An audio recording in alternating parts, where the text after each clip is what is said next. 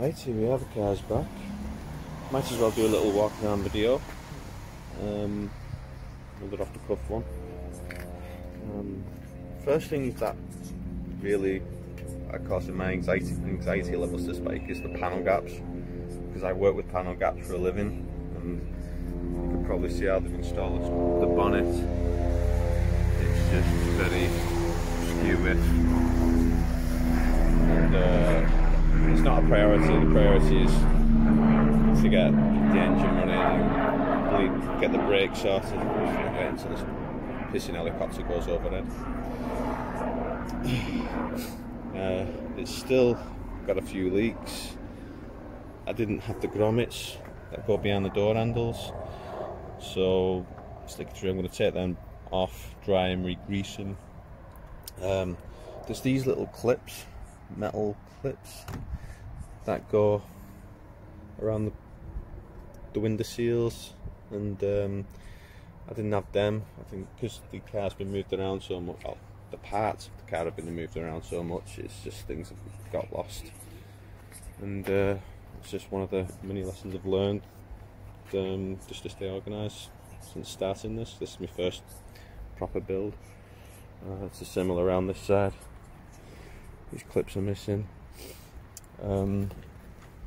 Because this door opens up on some garden wall, I've found that offcuts of Range Rover Evo primary door seals offer great door protectors. Moving on to the rear. I think this light has got a leak because it's whilst it's getting inside. The window mix, now the loom for the window mix is missing completely. I do have it, but it's been ripped out. I mean, it never worked when I had the car on the road anyway. Also, the wire, well, the wire for the rear heater elements for the heated windscreen, I did tell them that that has been cut and disconnected because it never worked. And I was hoping I did say, could you put another one back on for us? And well, if not, so I'm gonna have to bodge it and just have a wire that I could directly, or at least put a spare connector on just in case when the rear windscreen comes back out. I'll just put bonnet struts on for the minute, and the bonnet seal. Also, this remained unpainted, so I'll have to attack this. This is a common rot spot as well on Mk2s. Moss just gets them behind and starts rot in the middle. That is the last bit of rust on this car though. Right, what else? Yeah, inside's still a mess. I'm gonna remove the dash because I can't live with that wiring. It's probably a bit of a fire hazard by now. I mean, who knows what people have attacked this over the years, and yeah, I need to tidy that up. This array of speaker wire is just, you know, it is a mess. That's where we're up to. Oh, one more thing on panel gaps.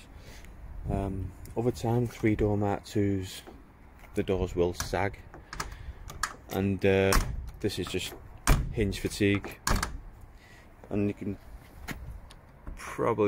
be able to tell easily how the swage line does not marry up at all, and this is just hinges that just get fatigued over time. I do have a replacement set for one side. I mean, they were about 20 quid for two, including the pins, so I'll get some for the adjacent side as well, but at the minute it's not a major priority. I'll tell a white lie. I have started transferring the Cage Electronic parts over. There's been a few issues with the area around here. Apparently this part is a cooling temperature sensor, and this can be used on the Mk2 even though this is a Mk3 engine. The thermal time switch I've already swapped over. There's another coolant sensor that goes there, and another one that goes there, and the blank that's already been removed. There's another blank that goes around the back of the engine. Oh, there it is. And that is for another sensor which I've already removed from a spare KR head, and that'll get thrown in. And that's just beginning to get the K-Jetronic parts transferred over. It'll probably be a bit of a vain effort getting these transferred over, because these are all spade connectors, and well, they've all snapped. So I might just phone VW, because I don't really want to go aftermarket.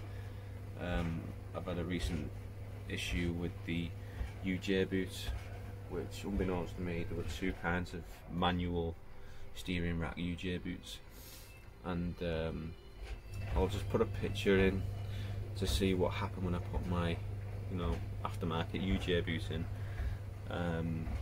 and it obviously will not go over the cup on the steering rack.